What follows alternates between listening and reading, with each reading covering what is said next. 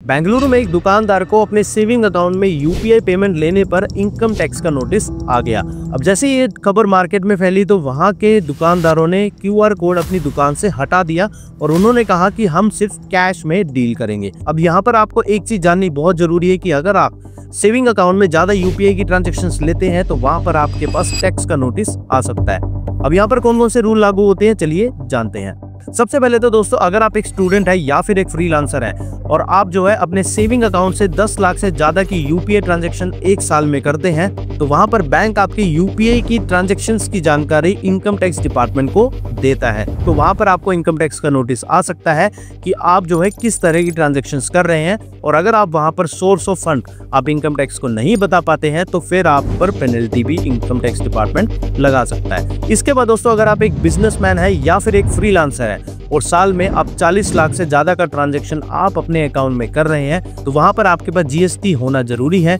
और आपको regularly GST file भी करना है और साल में इनकम टैक्स भी आपको फाइल करना जरूरी है। इसके बाद दोस्तों तीसरा आता है यहाँ पर वो स्टूडेंट्स जो कि ट्रेडिंग कर रहे हैं, गेम्स के थ्रू उनके पास अकाउंट में पैसा आ रहा है या फिर वो स्टूडेंट्स फ्रीलांसिंग कर रहे हैं और साल में 3 लाख से ज्यादा अगर उनकी इनकम है तो वहां पर उन स्टूडेंट्स को फिर इनकम टैक्स फाइल करना जरूरी है। अब दोस्तों ये बहुत इंपॉर्टेंट नियम है जो कि यूपीआई रिलेटेड है और दोस्तों ये वीडियो उन सभी के साथ शेयर करना जो भी अपने अकाउंट से यूपीआई की ट्रांजैक्शंस ज्यादा करते हैं ताकि उनको इन रूल्स के बारे में जरूर मालूम हो। दोस्तों इस तरह की वीडियोस पाने के लिए इस चैनल को जरूर सब्सक्राइब करें और इस बैंकर दोस्त के साथ हमेशा जुड़े रहें। धन्यवाद।